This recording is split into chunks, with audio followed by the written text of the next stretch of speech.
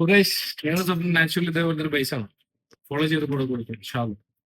Hi guys, അപ്പോൾ ഒന്ന് നമ്മുടെ റമദാൻ സീരീസിൻ്റെ ഡേ 19 ആണ്. ഇന്ന് നമ്മൾ നമ്മുടെ പരിപാടിയൊക്കെ കഴിഞ്ഞ് നമ്മൾ നേരെ ജിമ്മിലേക്ക് വിട്ടു. അപ്പോൾ അതുപോലെ തന്നെ നമ്മൾ ജിമ്മിലെത്തി നമ്മളെ വോംപ്പൊക്കെ സ്റ്റാർട്ട് ചെയ്തു. നമ്മളിന്ന് ബൈസും ട്രൈസും ട്രെയിൻ ചെയ്യുന്നത്.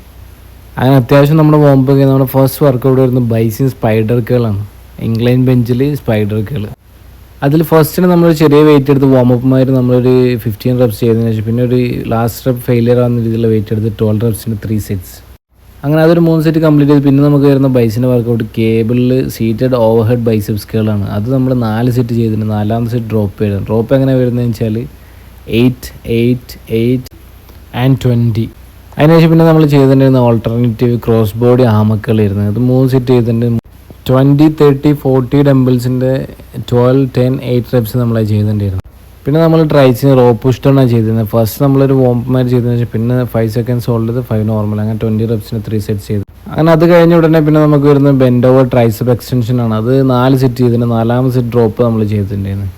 8, 8, 8, 20 റെപ്സിൻ്റെ ഡ്രോപ്പ് നമ്മൾ ചെയ്തിട്ടുണ്ടായിരുന്നു. അങ്ങനെ നമ്മൾ അതിനുശേഷം പിന്നെ ചെയ്തിട്ടുണ്ടെങ്കിൽ ലാറ്ററൽ ട്രൈസപ്പ് എക്സ്റ്റൻഷൻ ആണ്. അതെങ്ങനെയാണെന്ന് വെച്ചാൽ 3 സെക്കൻഡ്സ് ഹോൾഡ് ചെയ്ത് 5 റെപ്സ് നോർമൽ, അങ്ങനെ അതിൻ്റെ 20 റെപ്സിന് 3 സെറ്റ്സ് നമ്മൾ ചെയ്തിട്ടുണ്ടായിരുന്നു.